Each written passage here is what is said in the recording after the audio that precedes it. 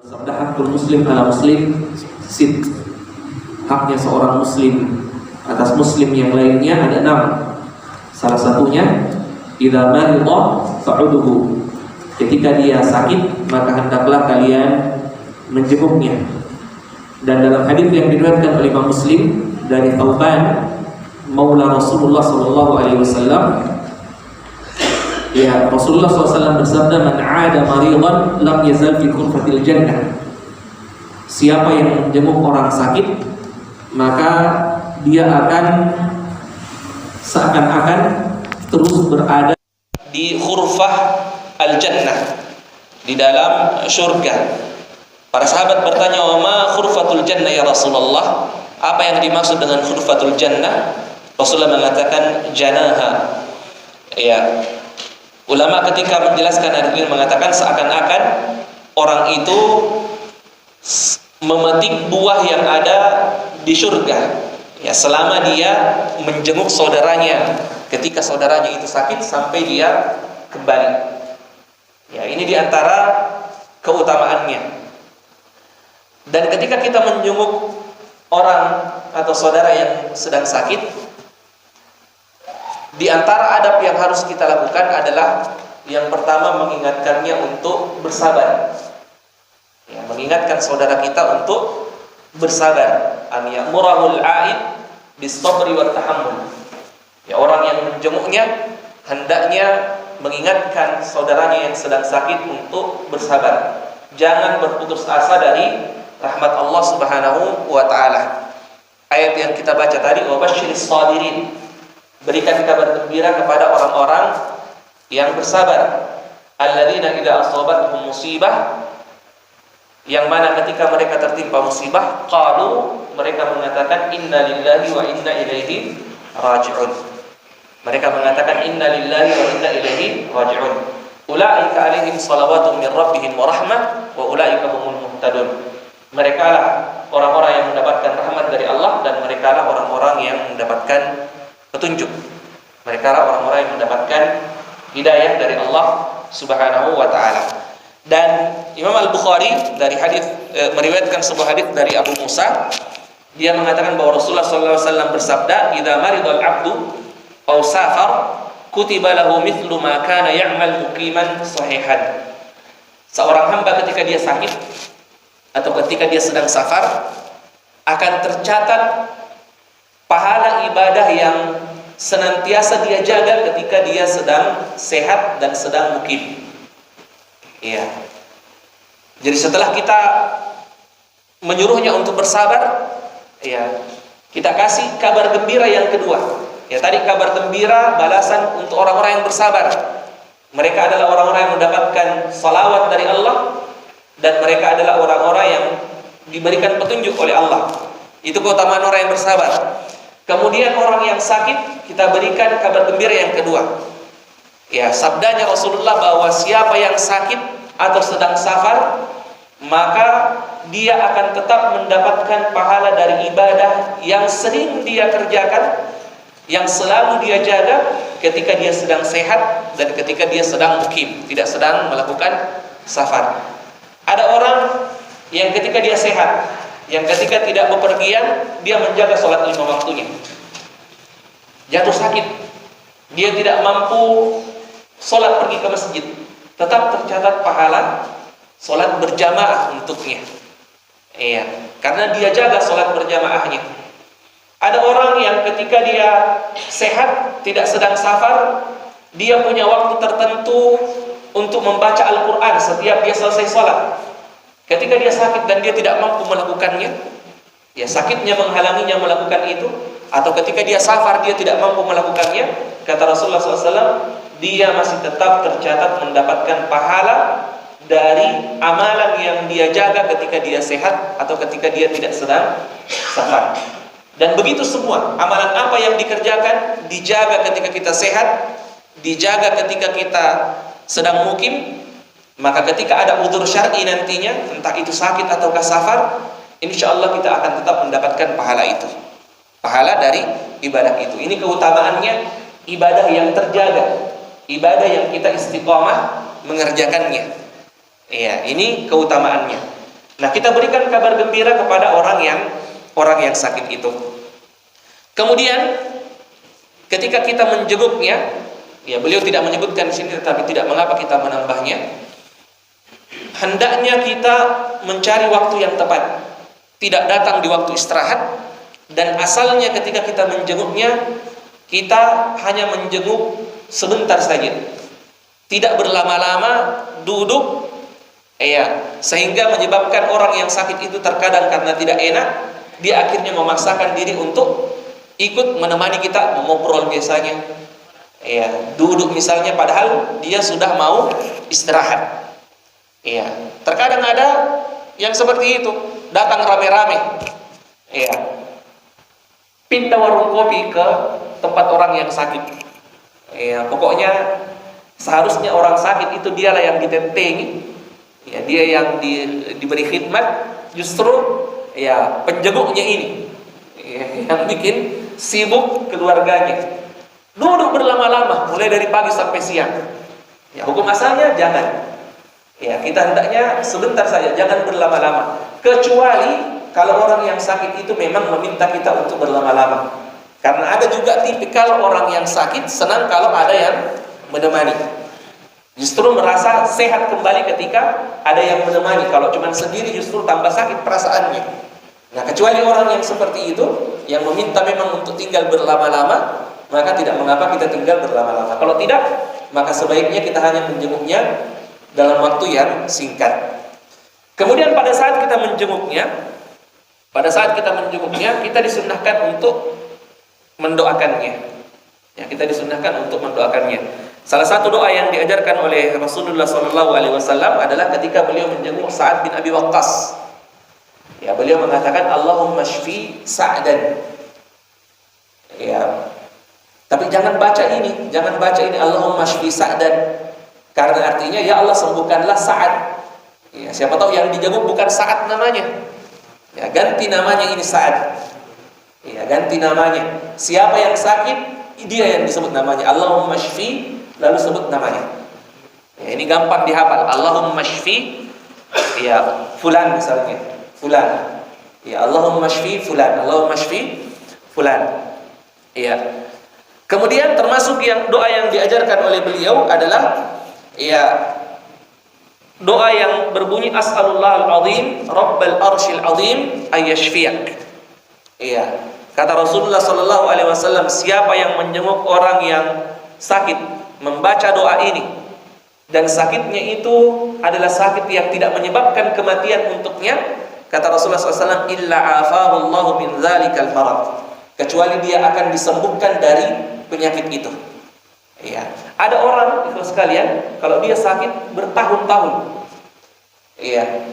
sembuh balik lagi penyakitnya, sembuh balik lagi penyakitnya. Nah, kata Rasulullah SAW, siapa yang membaca tadi ini as'alullah al-azim rabbal arshil azim ayyashfiyak, maka kalau itu bukan sakit yang menyebabkan kematian untuknya, insyaallah akan disembuhkan oleh Allah subhanahu wa ta'ala. Hafal doa ini. As'alullah al-azim rabbal arshil azim ayyashfiyak. Ada yang bilang, Ustaz itu tadi yang pertama gampang. Ya sudah, itu yang pertama. Allahumma shfi fulan. Termasuk yang dibaca oleh Rasulullah SAW adalah la ba'sa tuhurun insyaallah. La ba'sa tuhurun insyaallah. Sebagaimana yang diriwayatkan oleh Ibnu Abbas ketika Rasulullah SAW menjenguk seorang Arabi, seorang Arab Badui, maka ini yang dibaca, ini yang dikatakan oleh Rasulullah SAW, la ba'sa tahurun insyaallah. Tidak mengapa dengan penyakitmu itu, tahurun insyaallah. Insyaallah penyakitmu itu menjadi pembersih. Pembersih apa? Pembersih dosa-dosa. Ada sebuah hadis yang diriwayatkan oleh Abu Hurairah, disahihkan oleh Al-Albani, Syekh Al-Albani, tapi beberapa ulama hadis melemahkannya. Jadi diperselisihkan kesahihannya. Rasulullah SAW mengatakan bahwa Allah Subhanahu wa ta'ala mengatakan absyir, mengatakan ketika orang-orang sakit, Maka Rasulullah mengatakan, abshir fa innallaha yaqul, bergembiralah karena Allah Subhanahu wa taala mengatakan, hiya nari usallituha ala 'abdil mudhnib litakuna hamduhu minan nar. Ya, bergembiralah karena sesungguhnya penyakit itu neraka yang saya berikan kepada orang yang berdosa. Iya, yang seharusnya siksaan neraka dia akan dapatkan nantinya di akhirat. Tapi karena dosanya dia sudah dibersihkan sehingga dia tidak dimasukkan lagi oleh Allah Subhanahu wa taala ke dalam neraka. Makanya ketika kita sakit, ketika kita menjenguk orang sakit, kita mengatakan la ba'sa tahurun insyaallah. Termasuk yang diajarkan kepada orang yang sakit, kalau tadi kita yang berdoa, ya, orang yang sakit ketika dia sakit hendaknya dia meletakkan tangannya di tempat yang sakit, sebagaimana kata Rasulullah SAW, "Do' yadaka 'alal ladzi ta'allam min jasadik." Letakkan tanganmu di tempat atau di tubuh yang kamu rasakan sakitmu itu di mana. Ya, letakkan tanganmu di situ, lalu kemudian bacalah bismillah, a'udzu billahi wa qudratihi min syarri ma ajidu wa uhadir. Ya, a'udzu biizzatillah atau a'udzu billahi wa qudratihi min syarri ma ajidu wa uhadir. Ini doa-doa ruqyah. Ya, kalau tadi itu kita yang baca, kalau doa ini ya orang yang sakit itu, ya sakit belakangnya, dia kemudian membaca, misalnya dia pegang belakangnya dan mengatakan bismillah, a'udzu billahi wa qudratihi min syarri ma ajidu wa uhadir. Ya. Dan terkadang Rasulullah sallallahu alaihi wasallam ketika dia sakit, beliau menggabungkan kedua tangannya lalu membaca muawwidzat. Apa itu muawwidzat? 3 kul. 3 kul itu qul rabbil falaq, qul a'udzu birabbin nas. Baru beliau tiupkan di tangannya, lalu kemudian beliau sapu badannya atau di tempat yang sakit, itu. Ya, di tempat yang sakit itu, sebagaimana ya yang diriwayatkan oleh Imam Bukhari dan Imam Muslim. Nah, ini di antara adab-adabnya, ketika kita menjenguk orang yang sakit, yang kebanyakannya kita diperintahkan untuk mendoakan orang yang sakit itu atau menyuruhnya untuk berdoa. Dan ada kalanya orang yang sakit itu tidak kunjung diberikan kesembuhan oleh Allah Subhanahu wa taala. Bahkan penyakitnya itulah yang kemudian ya menjadi penyakit yang terakhir untuknya. Ya, dia sakit terus-menerus, lalu kemudian sekarat. Nah, pembahasan yang kedua ini membahas tentang adab-adab orang yang menjaga orang yang sakit, lalu kemudian yang sakit itu akhirnya sekarat. Ya, sekarat, sebentar lagi akan meninggal dunia. Apa-apa saja yang harus dia lakukan? Yang pertama, tadhkiruhu bil wasiyah. Kita ingatkan dia untuk membuat wasiat. Wasiat yang dimaksud di sini, wasiat ketika seorang sakit keras adalah wasiat yang berkaitan dengan harta. Ketika orang itu misalnya adalah orang yang ya punya harta yang cukup banyak, yang bisa dia sedekahkan, maka kita mengingatkan dia agar membuat wasiat.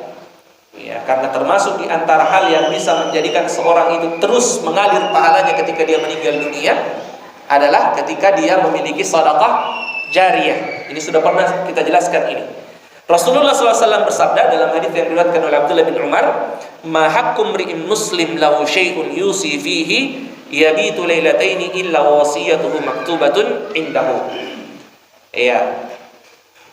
Seorang muslim ketika dia ingin berwasiat, maka tidak patut wasiat itu bermalam 2 malam lalu dia tidak membuatnya, atau tidak patut dia membiarkan wasiat itu tidak tercatat. Ya. Dan ada faedah di sini bahwa wasiat itu sebaiknya dicatat dan bagusnya kalau ada saksi. Ya, karena terkadang ada orang-orang yang mewasiatkan hartanya lalu kemudian menggampangkan, tidak usah dicatat, cukup ditahu saja. Setelah dia meninggal dunia, orang yang diwasiati, diberikan wasiat, nanti serahkan segini ke yayasan sosial misalnya, yayasan dakwah misalnya, masjid ini misalnya, panti asuhan ini misalnya, atau apalah yang sifatnya sedekah jariyah.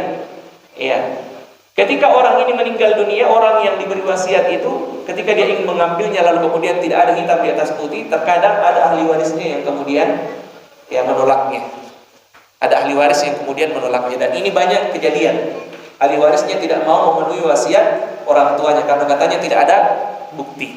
Jadi sebaiknya kalau kita punya wasiat ditulis memang, dicatat memang. Dan wasiat terhadap harta ini, mungkin kita sudah pernah jelaskan ini. Wasiat ini tidak boleh lebih dari sepertiga harta kita. Tidak boleh lebih dari sepertiga harta kita. Dan tidak boleh wasiat itu ketika sudah menjelang kematian, tidak boleh wasiat itu merubah jumlah bagian yang akan didapatkan oleh ahli waris. Yang pertama, tidak boleh lebih dari sepertiga. Berdasarkan haditsnya Sa'ad bin Abi Waqqas, ketika dia sakit parah, sakit keras, sekarat, dia mengatakan kepada Rasulullah, "Ya Rasulullah, saya tidak memiliki anak kecuali seorang putri. Saya ingin berwasiat separuh dari harta saya." Rasulullah mengatakan, "Jangan, terlalu banyak." Lalu dia mengatakan 2/3, Rasulullah mengatakan terlalu banyak. Lalu kemudian saat mengatakan, "Kalau begitu sepertiga ya Rasulullah." Maka Rasulullah mengatakan, "Ats-tsulus, wa tsulus katsir." Tidak mengapa sepertiga, dan sepertiga itu sebenarnya juga sudah banyak. Jadi tidak boleh lebih dari sepertiga. Ada orang yang sakit keras, dia kemudian mengatakan, "Anak saya tidak berbakti kepada saya mau wasiatkan, berikan saja semuanya ke panti asuhan misalnya, berikan saja misalnya ke yayasan dakwah ini, berikan saja ke masjid ini." Tidak boleh. Sepertiga. Tidak boleh juga wasiat itu kalau sudah menjelang kematian, tidak boleh juga dia mengubah bagian yang seharusnya dimiliki oleh ahli waris. Kalau dalam hukum Islam, laki-laki dapat berapa, perempuan dapat berapa?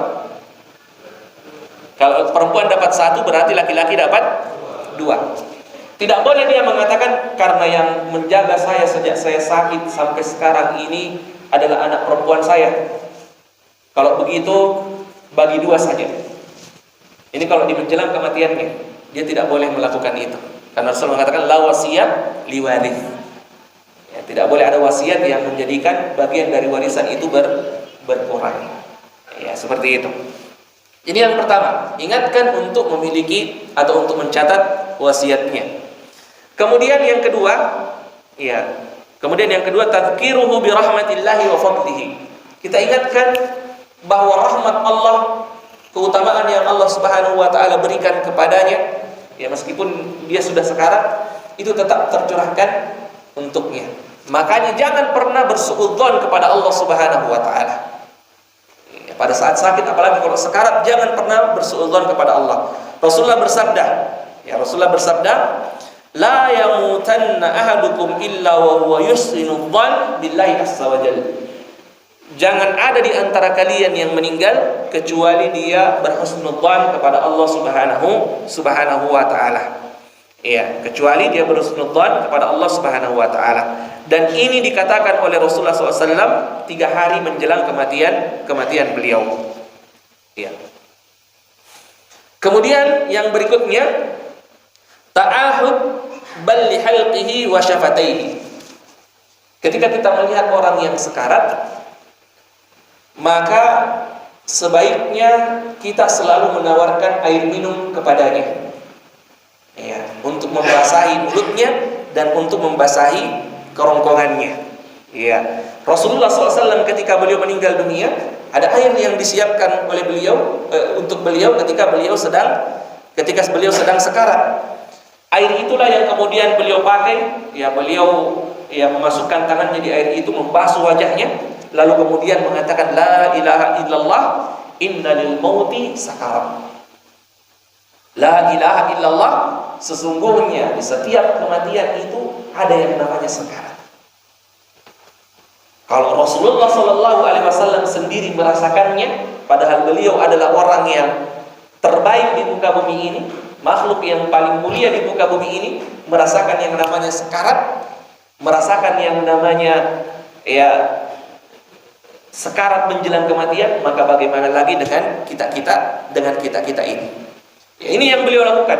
Beliau celupkan tangannya, basuh wajahnya, basuh wajahnya karena itu bisa meringankan. Lalu kemudian beliau mengatakan la ilaha illallah innalil mauti lasakarat.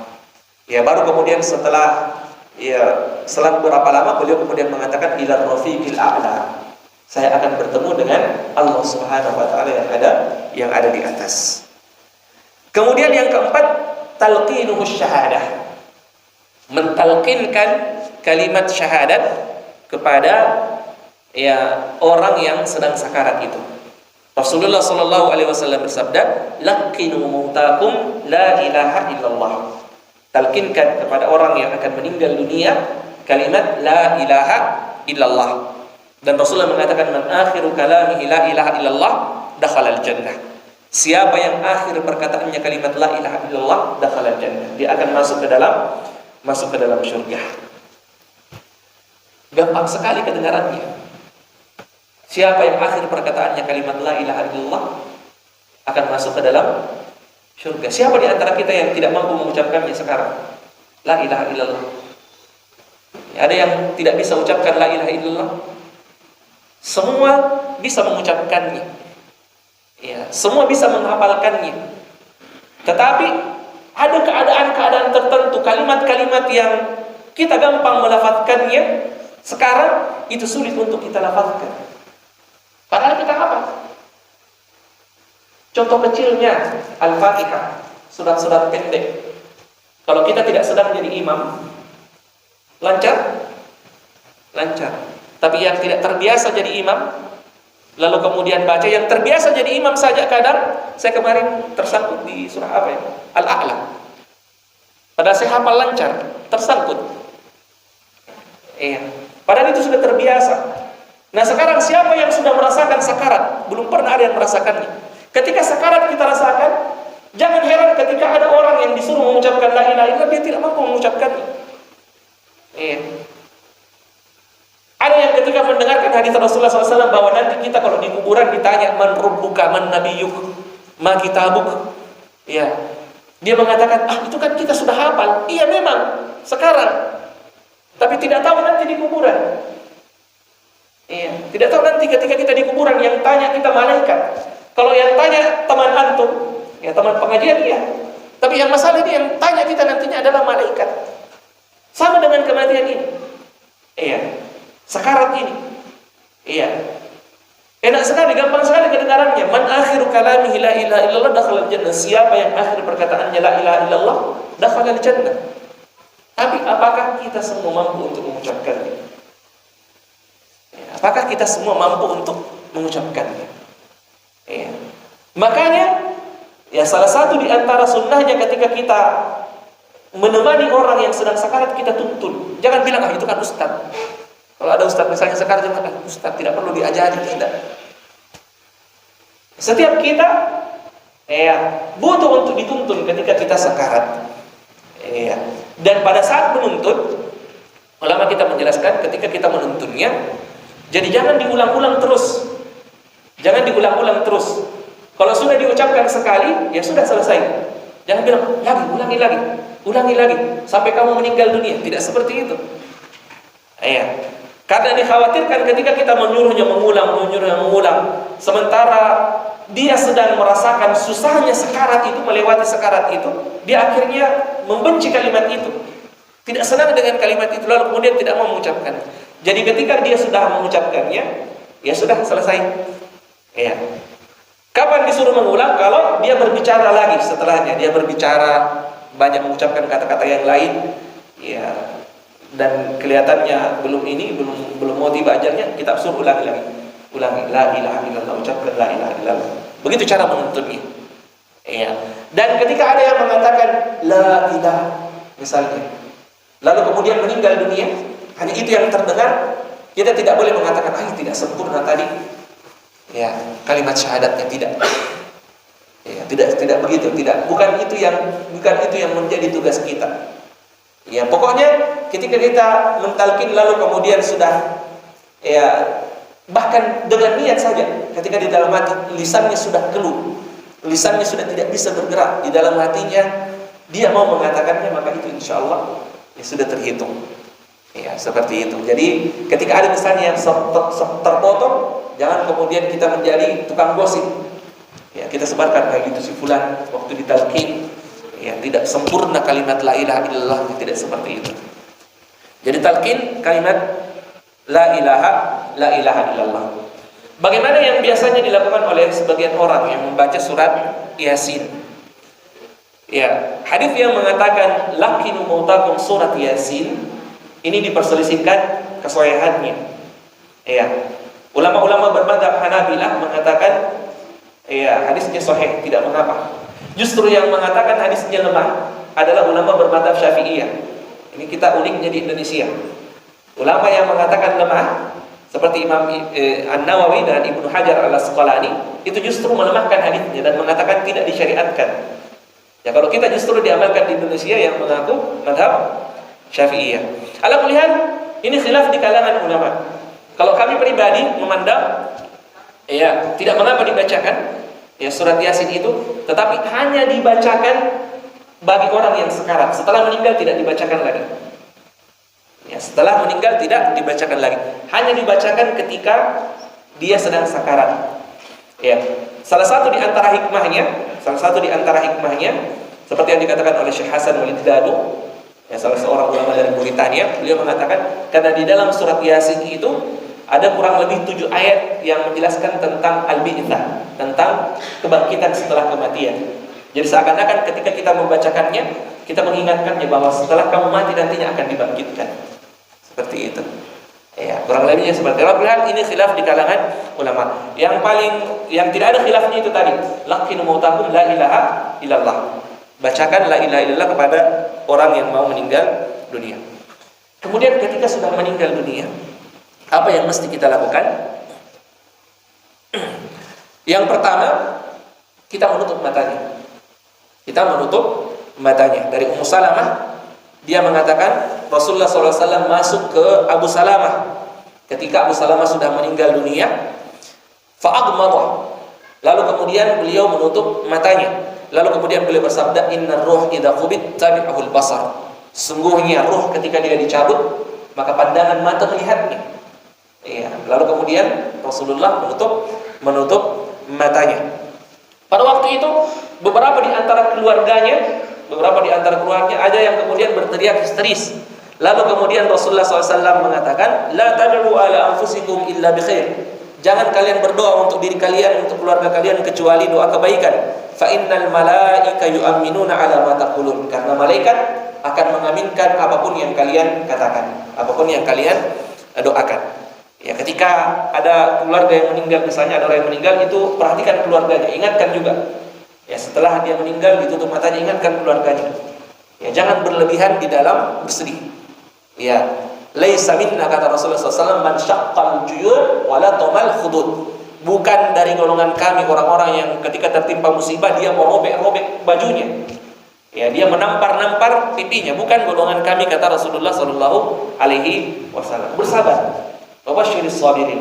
Berikan kabar gembira kepada orang-orang yang bersabar. Ketika Rasulullah sudah mengingatkan keluarganya, maka beliau mendoakannya.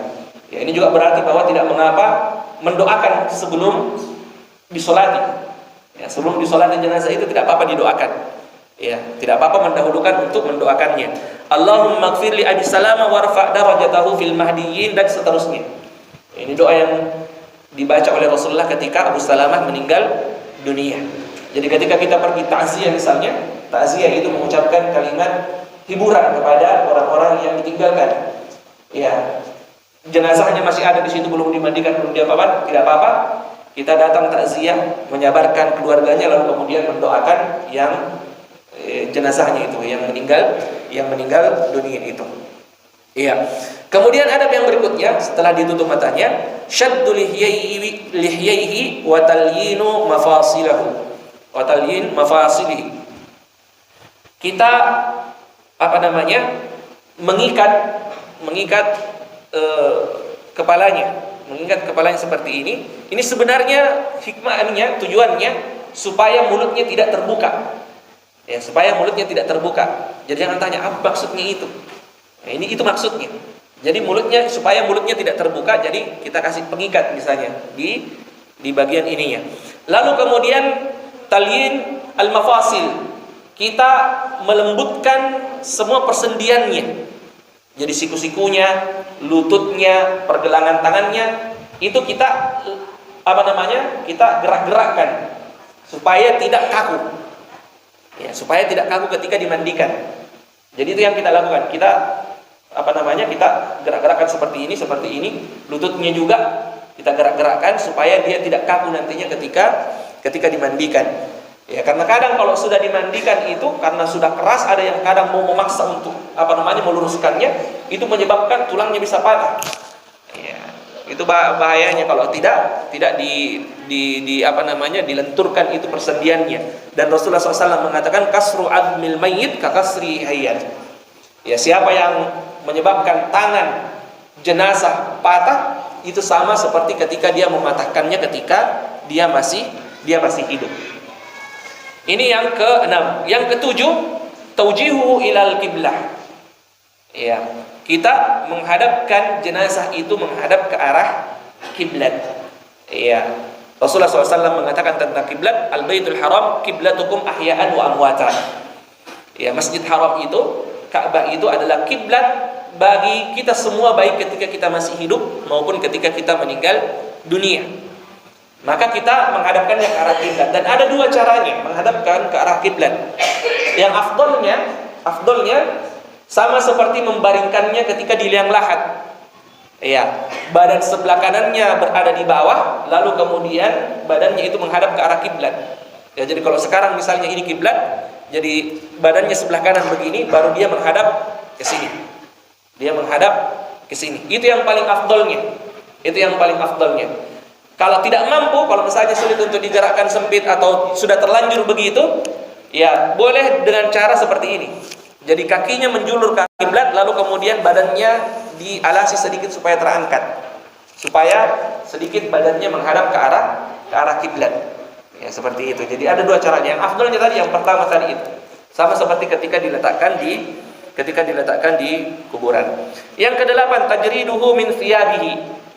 Kalau sudah meninggal dunia, ya sudah dilemas-lemaskan, sudah dihadapkan ke arah kiblat, dilepas pakaiannya. Ya, dalam hadis yang diriwayatkan oleh Aisyah, ya diceritakan bahwa ketika sahabat-sahabat Ali bin Abi Thalib dan beberapa sahabat ingin memandikan Rasulullah SAW, ya mereka mengatakan, wallahi la nadri anujarrida Rasulullah min thiyabihi kama nujarrid mautana am nagsiluhu alaihi thiyabuh. Kata para sahabat, kami tidak tahu apakah Rasulullah juga ini dibuka pakaiannya sebagaimana kita membuka pakaian orang-orang biasa kalau dia meninggal dunia, atau kita biarkan pakaiannya saja lalu kita mandikan bersama dengan pakaiannya. Ya, tidak ada yang tahu ini. Kalau dulunya ketika Rasulullah masih hidup ada persoalan, langsung ditanyakan sama Rasulullah. Masalahnya sekarang Rasulullah sudah meninggal, dan yang jadi masalah kita mau memandikan Rasulullah. Para sahabat tidak ada yang tahu. Sampai akhirnya kata Aisyah radhiyallahu anha dalam hadis ini, orang-orang yang ada di situ dibuat tidur sama Allah semua. Maka dibuat tidur sama Allah sampai kemudian terbangunkan oleh satu suara yang mereka semua tidak tahu suara apa itu, yang mengatakan, jangan kalian lepaskan bajunya. Ini bedanya. Jadi kalau orang-orang biasa itu dilepaskan bajunya, Rasulullah tidak dilepaskan bajunya. Ya, jangan lepaskan bajunya. Ya, mandikan beliau sallallahu alaihi wasallam dengan pakaian yang masih melekat di badannya. Maka para sahabat kemudian memandikannya dan tidak menyentuh kulitnya, hanya menggosoknya dari luar pakaiannya. Ya, tidak disentuh kulitnya Rasulullah SAW. Aisyah kemudian mengatakan, "Law istaqbaltu min amri mastadbartu ma ghasalahu illa nisa'uhu." Seandainya kami sudah mengerti bahwa begitu caranya memandikan Rasulullah SAW, maka kami tidak akan membiarkan orang lain memandikan jenazahnya. Kamilah istri-istrinya yang akan memandikan jenazahnya. Dalam hadis ini juga ada isyarat, ada faedah yang mengatakan tidak mengapa seorang istri memandikan suaminya ketika suaminya meninggal dunia. Dan itu hanya berlaku suami istri. Ya, laki-laki memandikan wanita, wanita memandikan laki-laki hanya berlaku ketika dia adalah suami istri. Ya, kalau yang lain, orang-orang lain, maka laki-laki dimandikan laki-laki. Perempuan tidak boleh masuk di dalam. Ya, bahkan hanya sekedar membantu. Kita kadang dapat ya, ada perempuan terlalu mau banyak urusannya. Iya. Masuk juga di situ. Tidak jelas mau apa, pokoknya masuk saja. Jangan. Dikhawatirkan ada orang yang tersingkap. Ya, itu bukan termasuk yang disyariatkan. Begitu juga ketika yang meninggal wanita. Ya, kalau memang bukan suaminya yang mandikan, jangan masuk laki-laki yang lain. Ya, biarkan semua wanita yang mengurusnya.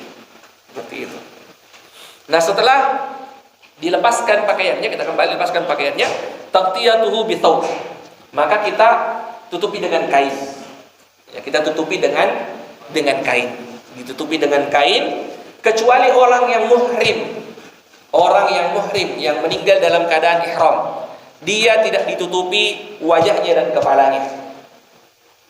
Ya, pernah lihat flyer yang viral di media sosial? Ya, kalau disolati orang-orang yang muhrim dalam keadaan meninggal dalam keadaan ihram itu, sampai disolati pun tidak ditutupi wajahnya. Ya, tidak ditutupi wajahnya karena memang ya seperti itu syariatnya. Ya, seperti itu syariatnya. Kemudian yang ke-10, tahsinul kafan. Ya, memperbaiki kain kafannya. Ya, sebaiknya mengambil kain kafan, menyiapkan kain kafan yang terbaik ya untuk saudara kita yang meninggal dunia itu. Rasulullah bersabda dari hadis Jabir, "Idza kaffana ahadukum akhahu falyuhassin kafanahu." Kalau salah seorang di antara kalian mengkafani saudaranya, maka hendaklah memperbaiki kain kafannya. Yang ke-11, dan ini yang terakhir yang beliau sebutkan, at-ta'jil bi tajhizihi wa dafnihi idza tayaqqanu mautahu.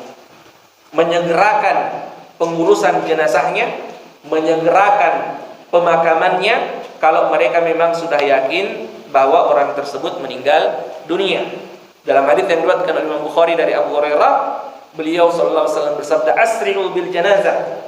Percepatlah untuk menyelenggarakan jenazah. Fa in taku salihah fa khairun tuqaddimunaha. Kalau dia adalah jenazah orang soleh, maka bagus untuk kamu menyegerakannya untuk ya kebaikan dia. Karena ketika dia sudah dimakamkan, dia akan menikmati apa yang Allah ya janjikan di kuburannya. Karena kuburan itu entah dia adalah taman di antara taman-taman surga atau lubang di antara lubang-lubang neraka. Iya. Ada yang namanya nikmat kubur, ada yang namanya siksa kubur. Kalau dia adalah orang yang soleh, biarkan dia cepat-cepat untuk mendapatkan kenikmatan di kuburannya yang telah dijanjikan oleh Allah itu. Wa in yaku siwa dzalik, tapi kalau dia adalah orang yang durhaka, bukan orang soleh, fasyarrun tad'unahu an diqadikum. Maka ya menjadi hal yang buruk untuk kalian simpan terus-menerus bersama dengan kalian. Biarkan terus-menerus bersama dengan kalian. Ya, lebih baik disegerakan saja.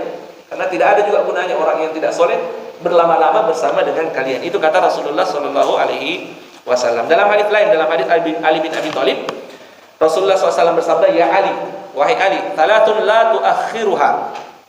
Iya. La tuakhirha. Ada 3 macam hal perkara yang kamu jangan akhirkan, jangan tunda-tunda. Yang pertama, as-shalah. Iya, idza anat, salat ketika sudah masuk waktunya, wal janazah idza hadarat, dan jenazah ketika memang sudah meninggal dunia, wal ayyim idza wajadta laha kuf'an, dan seorang wanita yang membujang, dan kalau sudah ada laki-laki yang melamarnya dan dia kufu, kafa istilahnya, dia adalah pasangan yang cocok, maka jangan ditunda-tunda. Syahidnya di sini Rasulullah mengatakan wal janazah idza hadarat. Jenazah ketika jenazah itu artinya orang itu sudah meninggal dunia, maka segerakan untuk segera diurus lalu kemudian dimakamkan. Adapun yang terkait tentang adab-adab janaiz ya sampai di kuburannya nantinya, insyaallah kita akan bahas di pertemuan berikutnya insyaallah. Jadi kalau ada pertanyaan yang berkaitan dengan kuburan itu nanti di pertemuan berikutnya. Yang kita bahas tadi itulah yang ya boleh ditanyakan sekarang. Selesai pembahasan kita, kalau ada yang mau diperjelas silahkan. Berapa menit? 4 menit. Haji, silahkan. Iya, ternyata masalah wasiat. Apakah kebanyakan orang itu sudah ternyata sudah diwasiatkan 2 tahun itu dikasih, ternyata orang itu sehat kembali. Bagaimana itu wasiat? Boleh tidak wasiatnya dihapus? Boleh. Saya tidak main-main, boleh. Wasiat berbeda dengan wakaf. Wakaf akadnya akad lazim. Kalau sudah diucapkan, biar belum tercatat di catatan di KUA atau yang lainnya, itu sudah bukan miliknya. Sudah berpindah menjadi milik Allah. Itu kalau wakaf. Wasiat tidak. Wasiat bisa dirubah selama orang itu belum meninggal dunia. Ya, jadi tidak mengapa misalnya sudah sakit keras, saya wasiatkan sepertiga harta saya. Tiba-tiba sembuh, dia bilang, tidak, jangan dulu. Itu tidak apa-apa. Betul ya, tidak apa-apa. Tidak apa-apa diambil kembali. Tapi kalau dia wakafkan, lafaz wakaf itu lain ceritanya. Ya, seperti itu. Itu tidak apa-apa. Tiba-tiba sembuh, hidup sampai 10 tahun, 20 tahun ke depan. Tidak apa-apa. Tidak apa-apa dia rubah wasiat. Ada yang lain?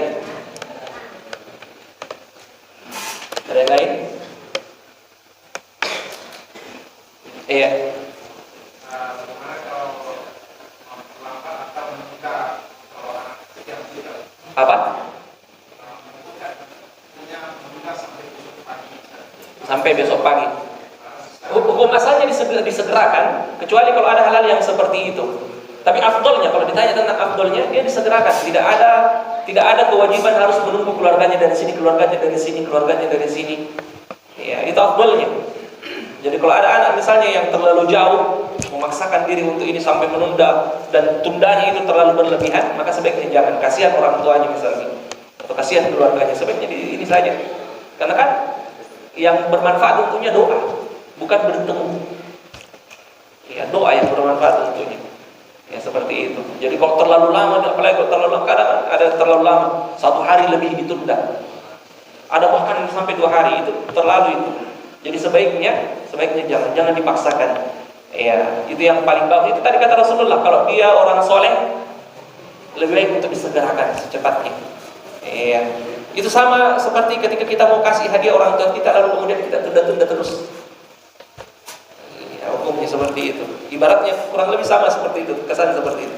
Jadi sebaiknya disegerakan saja. Ya, kalau memang ini jangan terlalu dipaksakan seperti itu. Kecuali kalau memang tidak terlalu lama, masih bisa ditunggu, ya silahkan. Seperti itu. Kalau ada yang iya. Ada ibu yang bertanyakan, bagaimana kalau ada orang tua yang mewasiatkan anaknya dijodohkan? Apa? Anaknya dijodohkan, wasiatnya anaknya Dijodohkan. Wah. Tidak mau anaknya lebih semangatnya. Iya.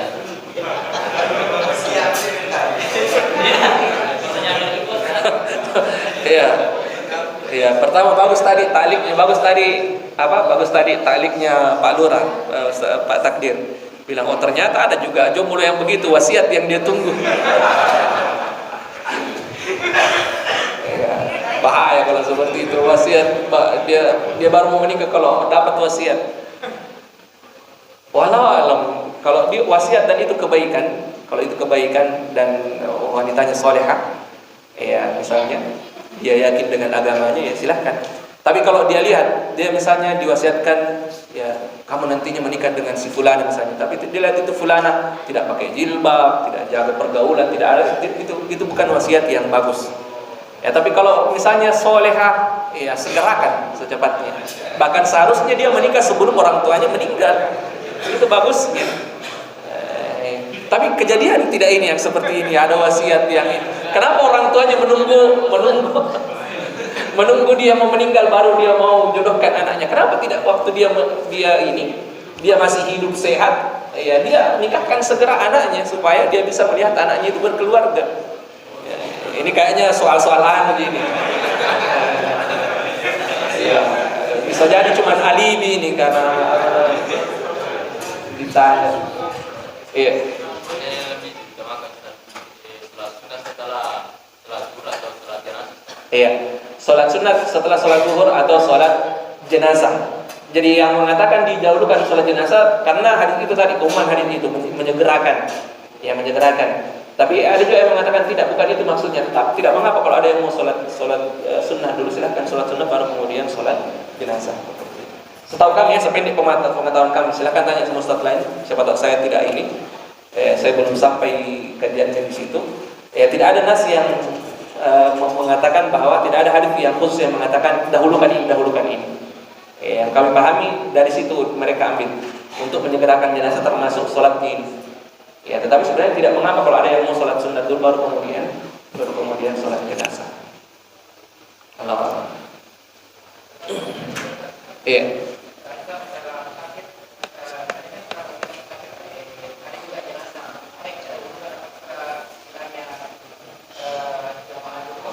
Iya. Tidak apa-apa kita jenazah dulu. Tidak apa-apa kita jenazah dulu. Karena jenazah itu ya sifatnya apa namanya? Cepat. Ya, dia adalah waktu yang singkat. Biasa kaidahnya itu ibadah yang misalnya memiliki waktu yang sempit, ketika dia bertemu dengan berpapasan bersamaan waktunya dengan ibadah yang sifatnya luas waktunya, didahulukan yang sempit waktunya. Ya, biasanya seperti itu. Allahu a'lam. Sudah masuk waktu. Kita cukupkan sampai di sini. Mudah-mudahan bermanfaat. Subhanakallahumma wa bihamdika asyhadu an la ilaha illa anta astaghfiruka wa atubu ilaik. Assalamualaikum warahmatullahi wabarakatuh.